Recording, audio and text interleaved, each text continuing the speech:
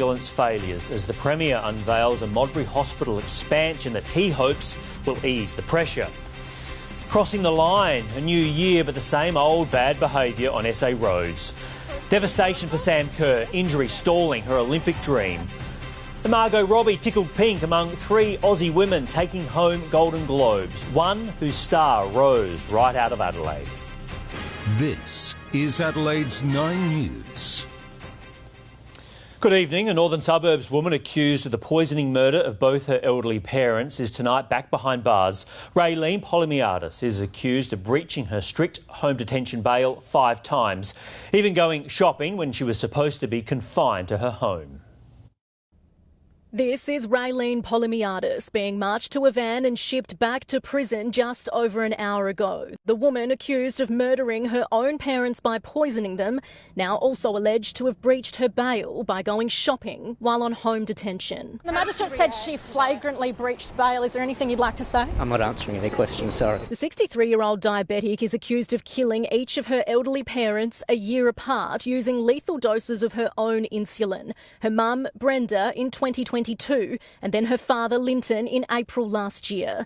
After her initial arrest, Polymiadis fought for her release in a marathon month-long court battle. It was eventually granted in August because of fears she'd be unable to properly manage her type 1 diabetes behind bars, even suffering an episode in the cells.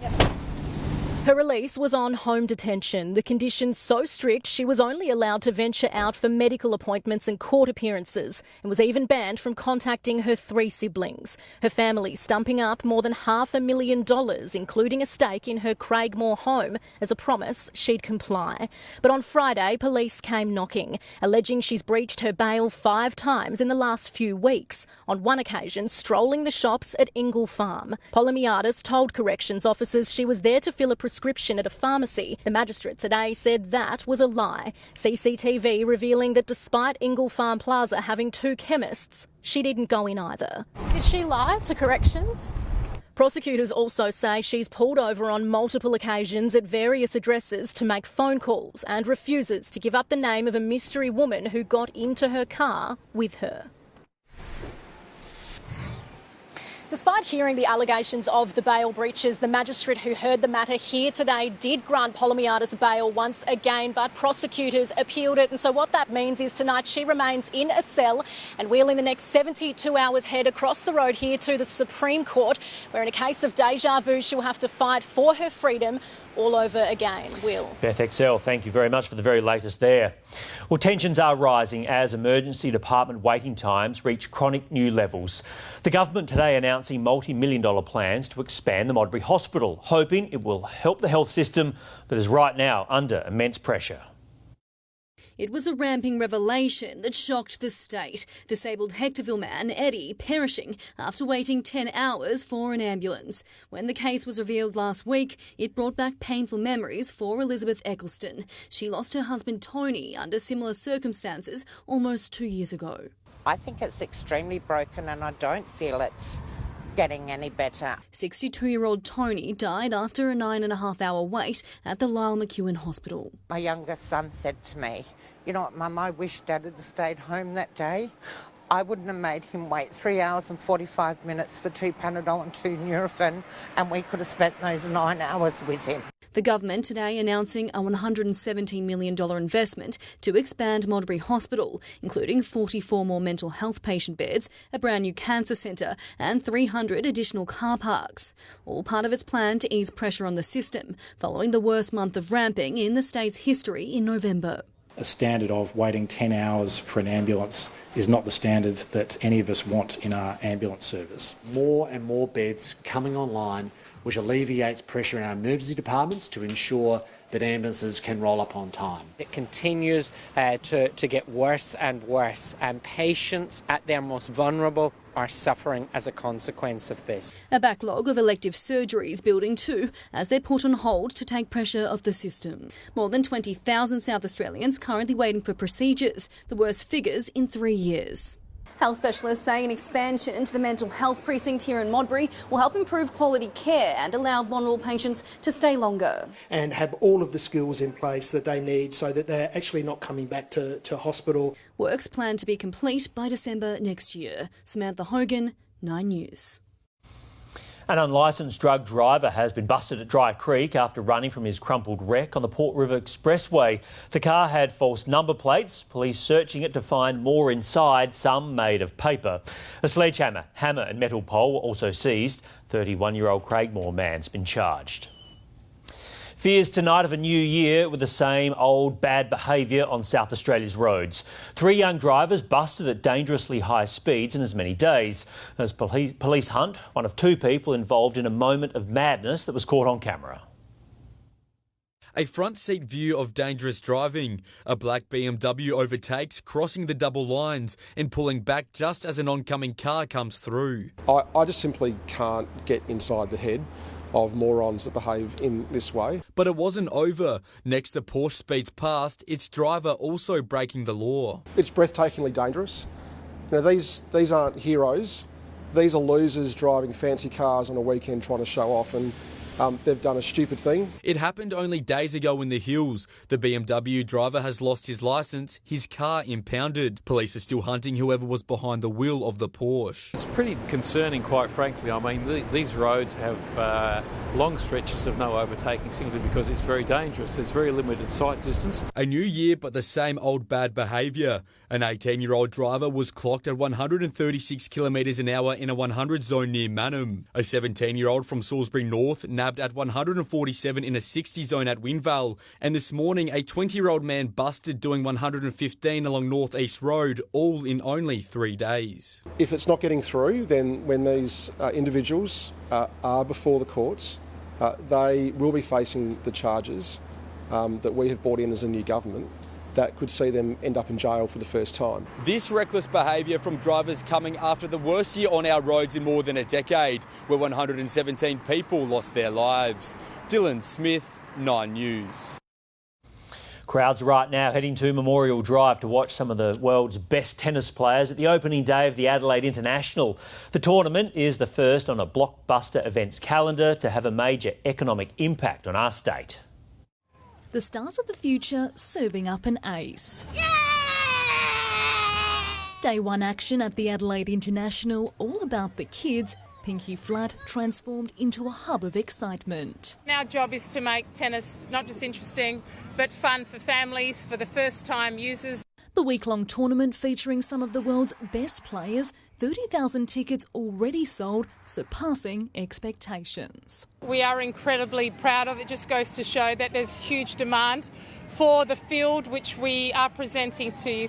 The Adelaide International, the first on a jam-packed events calendar, January also featuring the Tour Down Under, the cricket test at Adelaide Oval, the Fringe in February leads into Mad March with Adelaide Festival and Wome Adelaide before a big April featuring AFL Gather Round and the International Live Golf event. More people are talking about South Australia now than they have for the last decade. Fueling a surge in hotel bookings, stronger in each of the first 4 months of 2024 than last year. For a lot of those events, it was the first time last year, and we've had practice and more time to prepare. So yes, we're expecting a lot of records to be broken. As interstate and international visitors flock to Adelaide, the hospitality sector is also ready to reap the benefits as many continue to recover from the pandemic. We'll probably never catch up as such, but we're back to where we were, and we're very happy that these vets are coming to South Australia and people are coming back to see us. Michaela Kamarek, 9 News. The Lucindale Police Station has opened its doors for the first time since the town's local officer, Brevet Sergeant Jason Doig, was gunned down in the line of duty. The Lucindale Station has been an important gathering point for the community since the 53-year-old was killed at a remote property in Senior near Bordertown in November. Australia's hopes of collecting soccer gold in Paris have taken a big hit. 6 months out from the Olympic Games, Matilda's captain Sam Kerr has torn a ligament and will need a knee reconstruction. Happier times in Morocco. First day in Morocco. Good. Sun's out, guns out. Before the star striker was struck down, Sam Kerr had only just arrived at Chelsea's training camp when she tore her anterior cruciate ligament. She was running and the knee gave way on her, and as she fell she knew it was something serious, and they took her for a scan and confirmed that day. Her dad Roger all but confirming the Matildas captain will not play at the Olympic Games in July. I hope she'll make a return in 2025. She puts team first, and hopefully the Australian team can do the right thing and win a gold in the Olympics for her. It's already been an injury-plagued season for Sam. She missed friendlies against Canada with the foot injury and barely featured in the group stages of the FIFA Women's World Cup because of calf problems. It's sad for Sam, it's sad for the team and everybody who works around her. I think all of Australia is grieving about Sam's ligament today. The Matildas, who will face Uzbekistan in their Olympic qualifiers next month, no doubt feeling the loss of their leading lady. From the coach, considering how hard Sam has worked over the past 6 months to return to play, this news is a devastating blow for everyone. With her ability to lead by example, Sam's guidance and influence on the team is significant, and as a result, this will be an incredible loss for the national team. They experienced this on the eve of the World Cup, losing Sam, the day before that opening game that everyone had been talking about for a year, and they pulled through that. They'll step up, Van Egmond and those type of girls will step up and carry the flag, and that's what Australians do. And it's not just Australia feeling her pain. Sam Kerr strikes for Chelsea. The 30-year-old is one of the world's best goal scorers and has led UK heavyweights Chelsea to the top of the table, hunting a third straight English title. The club posting, "Keep your head up, Sam Kerr. We're all with you." I don't think you'll see the backflip anymore. In Chelsea, London, Karianne Greenbank, 9 News. Sam is now set to be reassessed by a knee specialist and will be looked after by Chelsea medical staff here at Chelsea FC. Her dad, Roger, saying it is likely she will be undergoing surgery in the coming days. And her mum is now set to fly here to London to be by her side for what will no doubt be a difficult next few months. Australia and the UK watching the star's recovery closely. Well, Karianne Greenbank with the very latest. Thank you. The wages of Australians are growing at some of the fastest rates in decades. New figures show the lowest paid Australians are benefiting the most, but it could mean another blow for mortgage holders. Opening up the first trades of the first day of the first full week at the Australian Securities Exchange for 2024. While stocks were flat, it seems at last wages are on the rise. We want people who work hard to be able to provide for their loved ones and get ahead. And for too long in this country, that was too hard. With aggregate wage growth at 4% year on year to September, new data tonight shows wages growing fastest among Australia's lowest earners. Our lowest paid workers have seen wages rise 6.7% throughout the year to September, with growth sliding to 3.2% for those in the highest earning brackets. It's just not their experience. Families are doing it tough at the moment. People are struggling to pay their power bills. They're struggling to pay their insurance premiums. They're struggling to fill a car. Wage growth is forecast to overtake inflation this quarter, meaning the average Australian should finally be able to purchase more goods and services with each pay packet. But with tax receipts and resource prices high, more relief is being considered. If there's more that we can responsibly do to help people deal with these cost of living pressures in the budget, then we will obviously consider that. It's a bit of a double-edged sword. More wage growth actually helps people deal with the cost of living pressures, but the more wages growth picks up, the less likely it is that interest rates are coming down. We'll get our next rates indicator on Wednesday with monthly inflation figures, but already tonight the predicted rate cuts for mid-2024 have been pushed back by some economists and scrapped entirely by others. Prices continue to rise for most items for most Australians. We have been making some welcome and encouraging progress overall, but that progress isn't always in a straight line. The Reserve Bank next meets in February.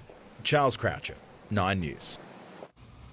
A man at Oakbank was counting himself lucky to win $1,400 in Saturday night's lotto, but he then discovered his prize was in fact $1.4 million. He and his wife planned to help their kids and take a holiday. The ticket was sold at the Woodside News Agency. The owners say it's the first time they've sold a Division 1 winner. Nice mistake to make there. Well, it's been a triumphant night for Australia at the Golden Globes. Adelaide-born Sarah Snook and Elizabeth Debicki winning major acting awards. Margot Robbie's film Barbie also picked up 2 awards, but it was Oppenheimer that stole the show. Perfectly pink and paying homage to the 70s. This is Armani and it is Superstar Barbie from 1977. Australia's Golden Girl Margot Robbie stole the red carpet before Barbie nabbed 2 awards. Thank you. We would like to dedicate this to every single person on the planet who dressed up and went to the greatest place on earth, the movie theatres. But it was the other half of Barbenheimer which stole the show. We're in a race against the Nazis, and I know what it means if the Nazis have a bomb. The Golden Globe goes to Cillian Murphy. Robert Downey Jr. Golden Globe goes to Christopher Nolan. The only time I've ever been on the stage before was accepting one of these on behalf of our dear friend Heath Ledger. When it came to the small screen, Australia shone. Elizabeth Debicki. Elizabeth Debicki awarded for her role as Princess Di in The Crown, and Succession's Sarah Snook took out Best TV Drama Actress. Growing up, I was always more fascinated with the Disney villains than the Disney princesses. The 81st Golden Globes brought some weird moments and some awkward. Host Joe Coy's jokes falling flat. The big difference between the Golden Globes and the NFL, on the Golden Globes, we have fewer camera shots of Taylor Swift. I swear. There's just more to go to. Tinseltown's best are here on the Golden Globes red carpet. It's a show of support from Hollywood as the awards show moves to a brand new era under new ownership. The first Hollywood party since the strikes ended. I just turned around and was like, oh, Oprah, cool. What am I doing here? Even with an unseasonably windy day in LA, shoulders were on display, sleeves were big.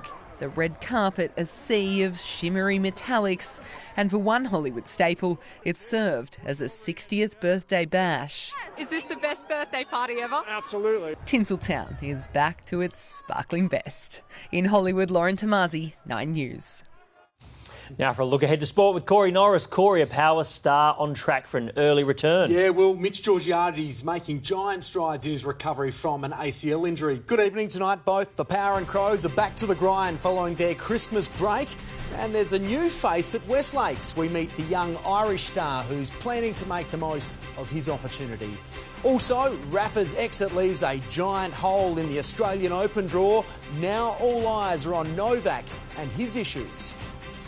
Thanks, Corey. See you soon. A dire prognosis for bulk billing. GPs abandoning the program despite billions in extra subsidies. That story next. Plus a rescue operation near the Great Barrier Reef when a tourist plane crashes.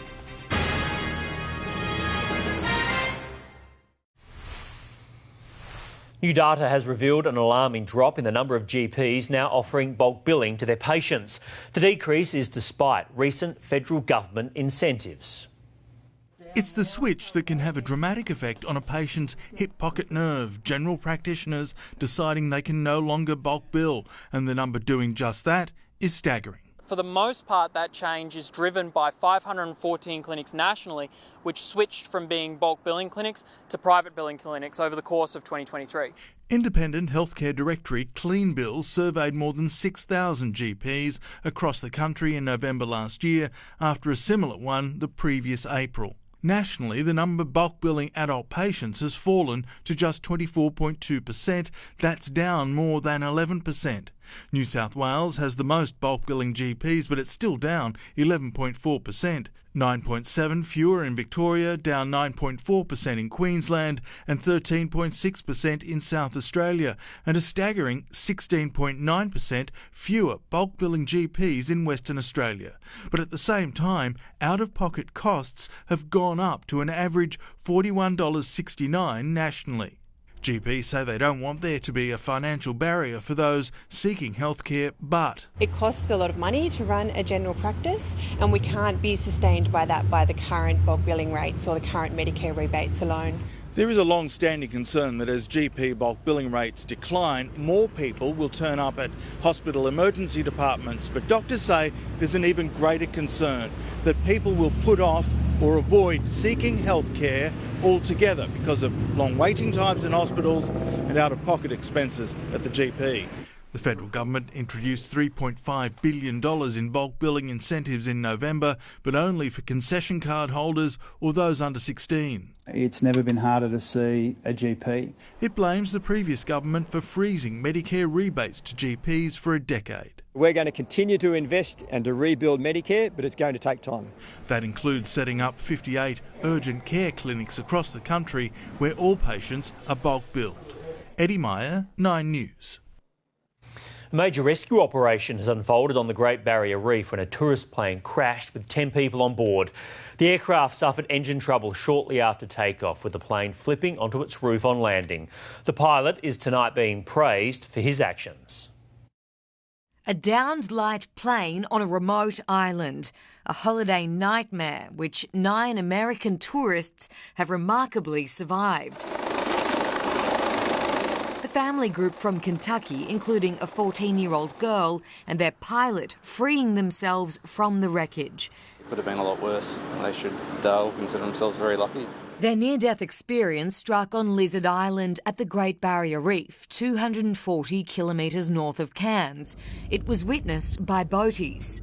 Rescue chopper heading into Lizard after reports of a plane crash. Hope they're okay. Yeah. And they were. The worst of the injuries, a broken arm and a cut to the head. Now the patients have just been transported here to Cairns Base. I think they were all a bit nervous about getting into an aeroplane so quickly, but being Lizard Island, they didn't really have an option. The plane had a scheduled flight to Cairns shortly before 7:30 local time. Once in the air, it suffered engine trouble and the pilot attempted landing, clipping trees before flipping over. The pilot's clearly done an incredible job. I understand he's a local. He has extensive experience, so to walk away for something like that is just incredible. A visit to the lucky country these tourists will never forget. Bianca Balzer, 9 News. Paramedics are urging partygoers to steer clear of illicit drugs after 9 people, including a teenager, fell critically ill at a Melbourne music festival. 3 people are still fighting for their life in what is one of Australia's biggest mass overdoses. It started as a Saturday night rave and ended as the scene of a suspected mass MDMA overdose. Young people with very high temperatures up over 41 degrees, with either rapid heart rates or irregular heart rates, and actually trouble breathing and staying conscious. In total, 9 people presented with those symptoms, 4 females, including a teenager, and 5 males. Each one was critically ill, with paramedics having to sedate and insert a breathing tube for all but one. Absolutely last resort. These are very, very sick young people. They were part of a crowd of 10,000 at Flemington Racecourse for the sold-out Hard Mission Festival. Paramedics were pre-organised to attend. They started with 6 and escalated to 18 as the 9 cases surfaced in the space of 4 hours. It's an incredible drain on resources. It's a huge amount of work for the paramedics and for the hospitals to deal with, and it's all completely preventable. Gabby Apter was among the revellers, but only noticed emergency crews as she was heading home. Disheartening to see another news headline like that. No one's taking the right precautions. Precautions the Greens say should include pill testing. If it saves even one young Victorian life, we know that all of it is worth it. We don't have any current plans for pill testing. With more summer festivals scheduled over the coming weeks, paramedics are urging revellers to take care and steer clear of illicit substances, with what was taken on the weekend, no doubt, still out on the streets. These drugs are not made in a batch of 7 or 8. They're made in batches of hundreds, if not thousands. You're playing Russian roulette every single time you take it. Stephanie Anderson, 9 News. Police in Canberra are angry with some Summernats fans who they say attend the event with antisocial behaviour as their sole focus. A police drone captured this footage of a car with 2 children inside doing an illegal burnout at the festival's entrance just metres from pedestrians. The real car enthusiasts are not the problem. It's the moron tourism that we get. They just literally come down here to see how big of a pest can I be this week. And police are continuing to investigate a mass brawl between festival goers and security. No arrests have been made. A cruel trade busted. The syndicate accused of selling native lizards to overseas buyers. Those details next. Plus the ashes of US presidents and Star Trek actors now bound for space.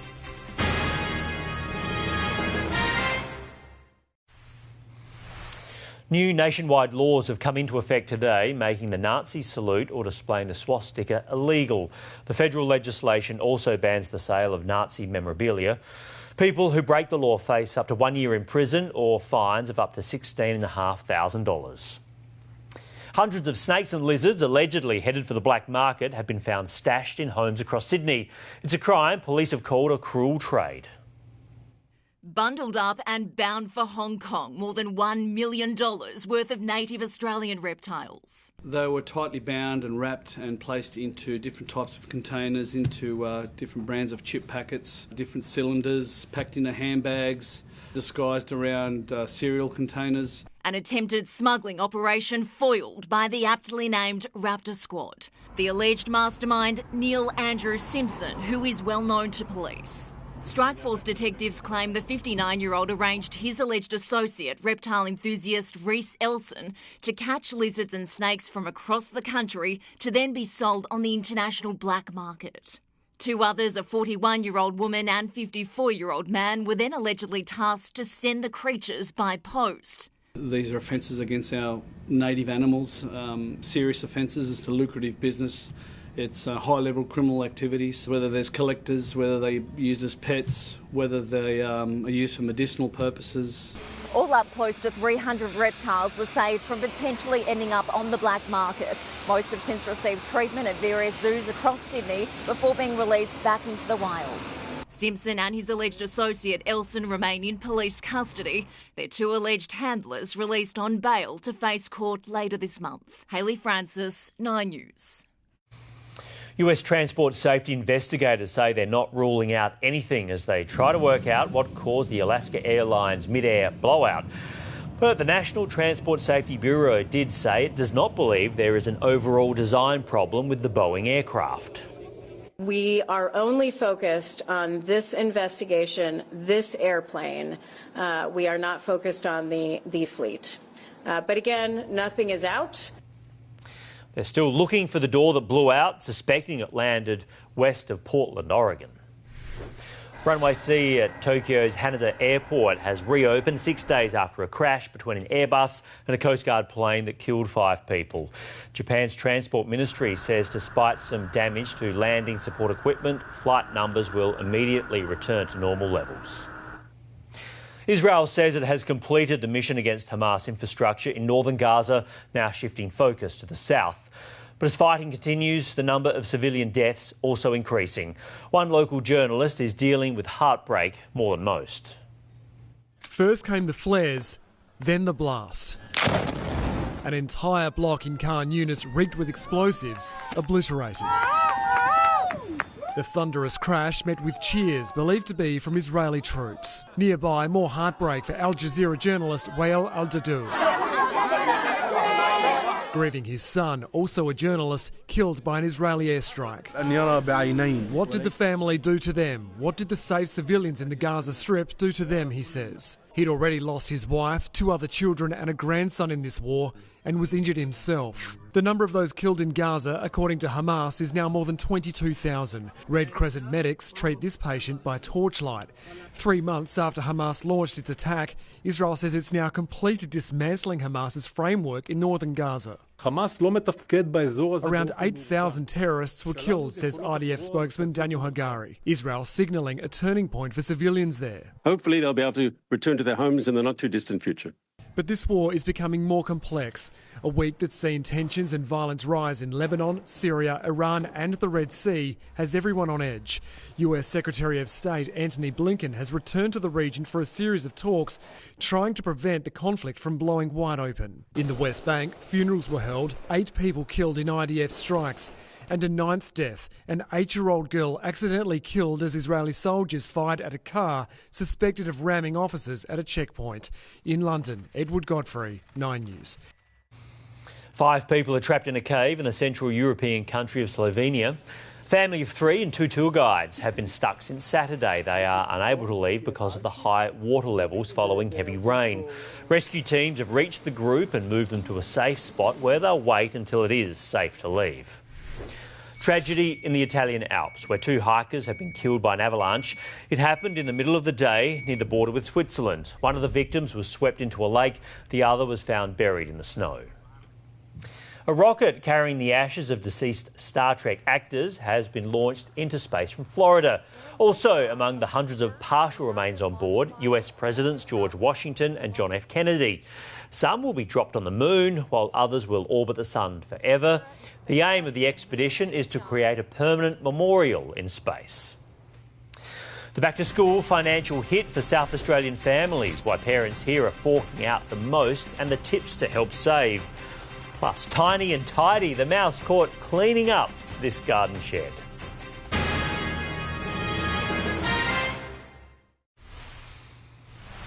Families are facing another hit to their budgets, the soaring cost of back-to-school supplies. But Finance Editor Chris Kohler has some tips to ease the pain. The national average this year is close to $1,200. That's what parents say it'll cost to get each kid ready for the new school year. South Australians say their bill will be highest, more than $1,300, followed by parents in Victoria, New South Wales, Queensland, then WA. And separate data shows some families could see themselves paying an extra $340 compared with last year because of high inflation. And because the list adds up fast. Uniforms are likely to land at almost $300. Textbooks and stationery both more than $130. Electronics are the most. Sports gear, bags and lunchboxes, it's all getting more expensive. But those numbers assume a worst-case scenario, buying everything new. And experts say parents can slash the costs by using some old-fashioned techniques. You could be saving up to 75% on some individual items when it comes to back-to-school costs if you shop around properly, buy decent quality items that will last several years, and buy clothes a couple of sizes bigger so they last as well. Most schools start back towards the end of the month, so parents have at least a little bit of time up their sleeve. A rare glimpse tonight into the life of a fastidious mouse. Night vision camera set up by a Welsh man in his garden shed captured the rodent tidying up his workbench, neatly placing items into a wooden box. Now, it seemed no item was too much trouble for the animal, even collecting up old clothes pegs and cable ties. I need about him and about 1,000 of his mates to clean up my shed, I reckon, Corey. All right, let's move on to sport. The Crows are back on the track, but some big names are missing. Yeah, Will, the skipper Jordan Dawson was a no-show, and shock surgery for Riley O'Brien. Up next, we'll explain what that's all about and also check in with the power camp. Also, why Rafa's pain could be the Demons' gain. And 39 years young, LeBron proves he's lost none of his spring.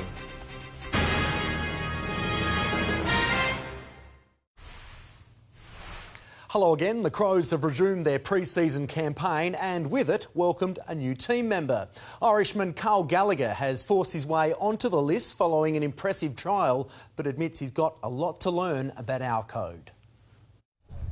After a 3-week break, fitness boss Darren Burgess welcomed them back with a gruelling 2-hour session. The younger Crows feeling the pinch ahead of a big couple of months on the track. But this new face is still getting used to the pre-season demands. I've heard stories about how tough the pre-seasons are, and it definitely was very tough now, but luckily I got through it. Gaelic football star Carl Gallagher caught the eye of Adelaide's recruiters 4 years ago, before COVID foiled any plans to head down under. 4 seasons later, that window reopened. Nothing's been sold too much. They just say, look, here's a chance. Probably be playing sample this year and see where it takes you. Find out my position in the next few weeks once there's game simulations and stuff like that. At the minute it's probably a bit up in the air, but yeah, back home I probably would have been a forward. For now, the 21-year-old's focus is getting accustomed with the basics of our code. I find the training sessions will be quite similar, but of course the ball's a big thing, so getting my reps in at the minute, trying to get better every day, kicking the ball in my hand. We would have watched a fair bit of the game, but going out and training is a bit more difficult when the ball's in your hand. Meanwhile, Rory Sloane and Wayne Miller were on light duties as they continue to recover from respective hamstring strains. New recruit Chris Burgess also took it easy after a small procedure to remove a piece of metal from his eye. Ruckman Riley O'Brien didn't train after getting his appendix removed on Friday and will be sidelined for a few weeks. Skipper Jordan Dawson will be back on deck tomorrow upon return from his honeymoon. Emma Henderson, 9 News. Well, some good news at Alberton, with the club confident that Mitch Georgiades is on track for a return in round 1. Georgiades was on light duties today as he continues to recover from an ACL injury, one that initially was expected to sideline him until late April, but the forward is now at least a month ahead of schedule. Mitch is just really diligent with his rehab and professional with how he goes about it and attacks it, and make sure he's thorough with every process, and he's been super compliant, and I think that's got him accelerated in his progress. Fellow forward Todd Marshall will return to full training in a couple of weeks as he continues his rehab from hip surgery, and Richmond recruit Ivan Soldo will increase his workload following finger surgery. Well, calls for the AFL to introduce a mid-season trade period this season look set to fall on deaf ears, much to the players' dismay. It comes as Victorian clubs braved wild weather to officially get their 2024 campaign off and running. Come hell or high water, it's back to pre-season training for Carlton. Matt Cottrell won the rain-soaked 2-kilometre time trial around Princess Park. Captain Patrick Cripps amongst the senior Blues to take part in today's session. The wet weather didn't stop a host of Saints hitting the track a day ahead of schedule. Key forward Max King was on deck as he begins his return to full training after off-season shoulder surgery. Later, some of footy's best and brightest gathered to tackle the game's big issues. For AFLPA President Patrick Dangerfield, that's the introduction of a mid-season trade period.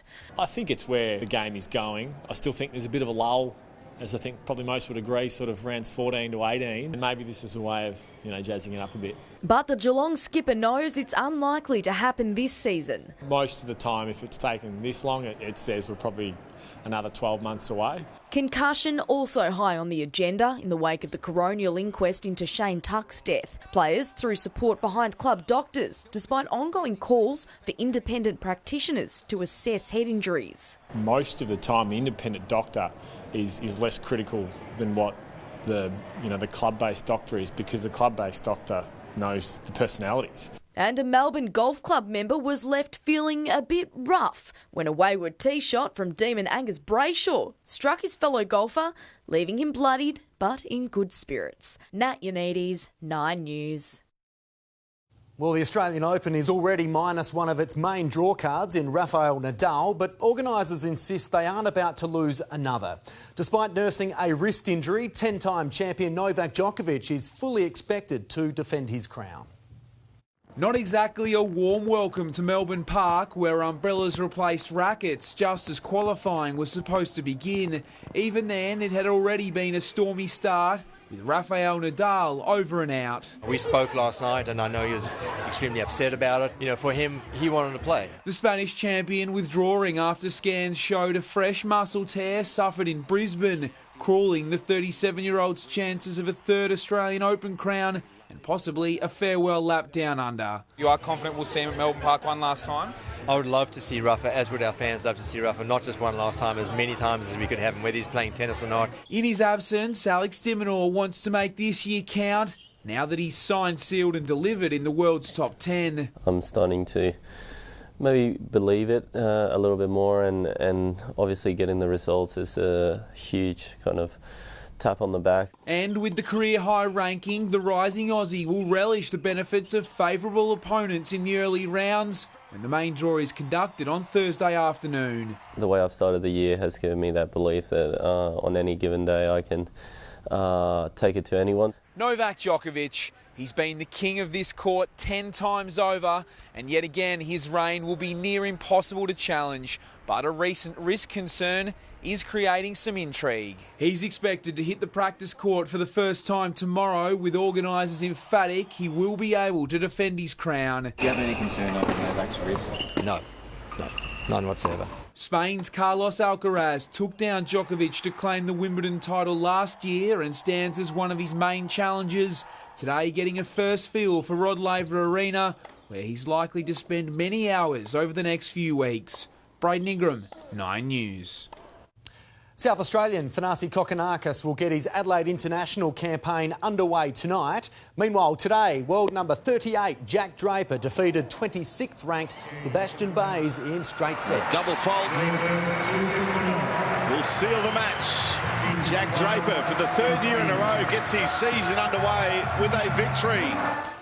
A day of upsets at the Drive has also seen 2021 French Open champ Barbora Krejcikova and world number 11 Beatrice Haddad-Mayer crash out of the Adelaide International race. Well, as Australian football comes to terms with Sam Kerr's injury woes, attention turns to the Socceroos ahead of Saturday's Asian Cup opener against India. Stand-in skipper Jackson Irvine admitting his side needs to keep check of its emotions after a fiery friendly with Bahrain. There's always lessons to learn, and maybe, got to keep a lid on those things, maybe slightly more than I did manage to last night. In England, Premier League leaders Liverpool dealt Arsenal another blow, knocking the Gunners out of the FA Cup in a 2-0 victory. Well, Elise Perry celebrated her 300th international cricket game by smashing the winning runs to steer Australia to a series-levelling T20 win over India. Goes big, does Elise Perry. Is it all the way? It certainly is. Perry is the first Australian woman to make 300 international appearances. The series decider will be played on Wednesday morning. And LeBron James has produced one of the best dunks of his 21-year career. The 39-year-old scored 25 points to snap the Lakers' 4-game losing streak, but this poster on Paul George will be the lasting memory. LeBron trained down the track. Look out! Blocking foul. That's a three-point attempt. Look out below. LeBron going downhill with a head of steam. Elsewhere, Aussie Duop Reith recorded his first NBA double-double with 15 points and 13 rebounds, helping Portland beat Brooklyn and earning him plenty of love from fellow Boomers Ben Simmons and Matisse Thybulle. But I can't get my head around the big fella. 39 years of age, LeBron James. That was amazing. He's like he's a Bionic Man or something, isn't he? Isn't that amazing? All right, Corey, thank you. If you're looking for some real beach weather, some good news is coming up after the break. I'll have the 7-day forecast in a moment. First, tomorrow's speed cameras. Wake up and laugh with Adelaide's #1 breakfast show. Rudits and Loz tomorrow on 104.7 Triple M. For the latest Adelaide news and traffic.